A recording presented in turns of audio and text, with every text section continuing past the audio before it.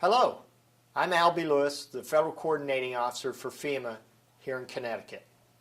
After a disaster like Hurricane Sandy, federal money has an important role in the recovery process. FEMA has helped thousands of Connecticut residents since Sandy hit. Another big part of what the agency does is to help local governments restore damaged public works. FEMA's Public Assistance Grant Program helps repair or rebuild critical public infrastructure such as roads, bridges, and utilities. The federal share of the assistance is never less than 75% of the eligible costs for emergency measures and permanent restoration. The Public Assistance Program is a partnership between local communities, the state, and FEMA. After a disaster, local officials identify their damage and manage the projects.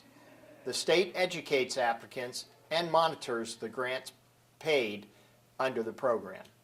FEMA approves grants and provides technical assistance. FEMA also works with the state to manage the PA program.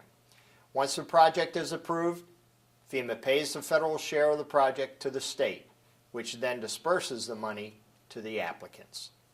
Thank you.